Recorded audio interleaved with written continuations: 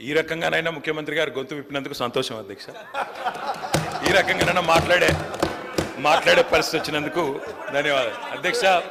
ఒక్క మాట అధ్యక్ష, కేసీఆర్ గారి గురించి మా పార్టీ గురించి వారు మాట్లాడిన మాటకి నేను ఒకటే వారికి చెప్పేది అధ్యక్ష, ఇక్కడ ఉండే ఈ నాయకుడి స్థాయికి మేము చాలా అధ్యక్ష, కేసీఆర్ గారు అవసరం లేదు అధ్యక్ష. ఆయన వచ్చినా రాకున్నా తప్పకుండా సమాధానం చెప్పే సత్తా మాకుంది. మీ సత్తా తెలుసు, మీరు ఇక్కడ ఉండి అక్కడ పోయిన వాళ్ళే, మీ సత్తా తెలుసు.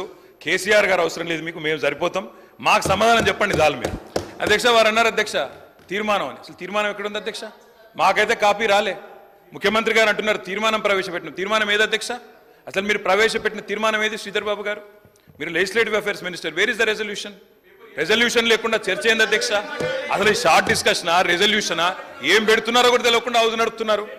ఇప్పుడు గౌరవ ముఖ్యమంత్రి గారు స్టేట్మెంట్ చేశారు. స్టేట్మెంట్ చేసి మీ అభిప్రాయాలను తీసుకొని చాలా డెమోక్రటిక్గా పోతా ఉన్న సందర్భం, మీరు డెమోక్రసీ వద్దు డెమోక్రటిక్ పోవద్దు అంటే మేము స్పెసిఫిక్గా తీర్మానం చేస్తాం, దాని పరంగానే దాంట్లోనే మీరు ఆ అంశాల విషయంలోనే మేము డెమోక్రటిక్గా ఒక స్టేట్మెంట్ చేశాం. స్టేట్మెంట్ తర్వాత మీ అభిప్రాయాలను తీసుకొని ఈరోజు మేము ఒకటి ఆలోచన చేయాలా. దాంట్లో ఏముంది సార్ అధ్యక్ష? ఈరోజు గవర్నమెంట్ బిజినెస్లో ఏముంది? మేము స్టేట్మెంట్ చేసి మీ అందరి అభిప్రాయాలను తీసుకొని తీర్మానాన్ని ప్రవేశపెడతాం. మీ అభిప్రాయాలను కూడా దాంట్లో పరిగణనలో తీసుకొని తీద్దామని ఆలోచన చేస్తే వద్దు అంటే ఇప్పుడే పెడతాం. 5 నిమిషాలు బ్రేక్ ఇవ్వండి అధ్యక్ష. ఇప్పుడే తీర్మానం పెడతాం, అదే తీర్మానం ప్రకారం పోదాం. యూనిలాటరల్గా మీరు అనేక సందర్భాల్లో తెలంగాణ రాష్ట్ర ప్రభుత్వం ఆ రోజు తీర్మానం పెట్టాం, యూనిలాటరల్గా పోకుండా డెమోక్రాటిక్ స్పిరిట్లో మీ అభిప్రాయాలను తీసుకొని పోదాం అంటే వద్దంటే ఎట్లా? వదిలేద్దాము. 5 నిమిషాలు బ్రేక్ ఇవ్వండి సార్ అధ్యక్ష, మేము రెజల్యూషన్ పోయి చేస్తాం. పల్లా రాజేశ్వర రెడ్డి కూర్చోండి.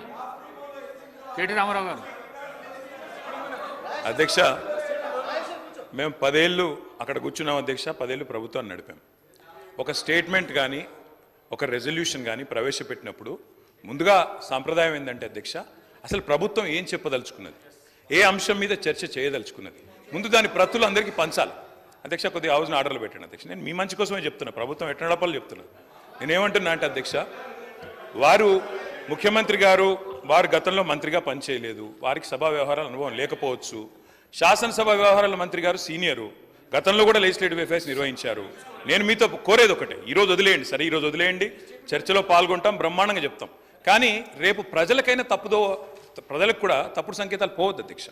మేము చెప్పేది ఏమంటే ఇట్లాంటి ముఖ్యమైన అంశంలో నేను సిన్సియర్గా చెప్తా ఉన్నా, రేవంత్ రెడ్డి గారు సిన్సియర్గా చెప్తా ఉన్నా, శ్రీధర్ బాబు గారు, మా పార్టీ తరఫున మీరు ఈరోజు ఏదైతే ఇప్పుడు ఓపెనింగ్ స్టేట్మెంట్ మీరు ఇచ్చారో, మీరు లిఖితపూర్వకంగా ఇవ్వలేదు, వర్బల్గా ఇచ్చారు, we welcome it. 100% we stand by you, we support you. ఈ విషయంలో అనుమానం లేదు అధ్యక్ష.